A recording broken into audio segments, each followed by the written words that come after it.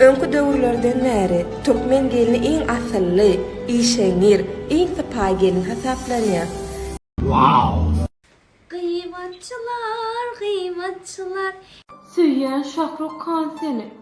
Ayça aşwaryňdan bar näme kemim? Menim iki gaýtalatman diýenim. Şeýdik gowunyny ýykyp bormy söýenim? Niçin jan Şahrugum söýmeýän meni?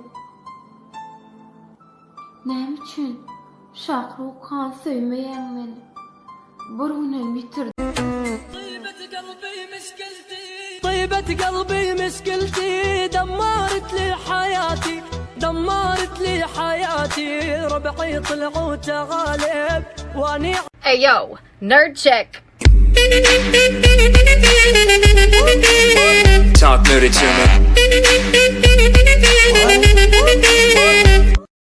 Me miro y la miré, sonrío y la sonreí, y yo la invité a bailar, y ella me dijo que sí.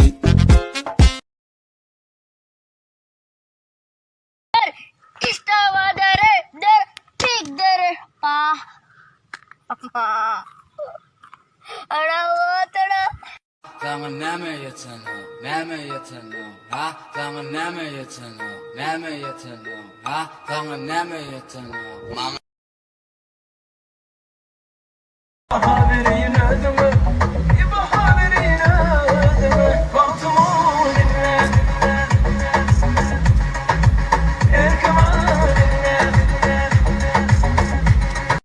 Me miro y la miré, sonrío y la sonreí,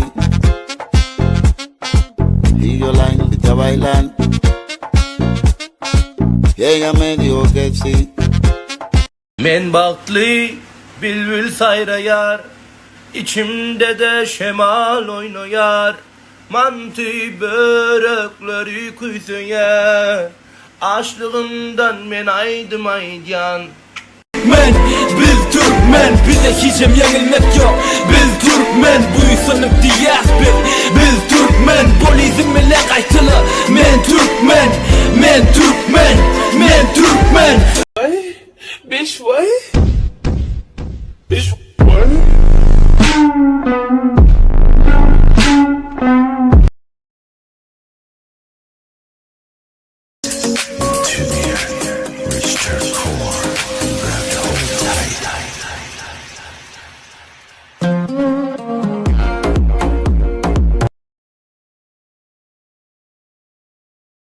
Assalamu alaikum oğlum, qo'yma adaylar.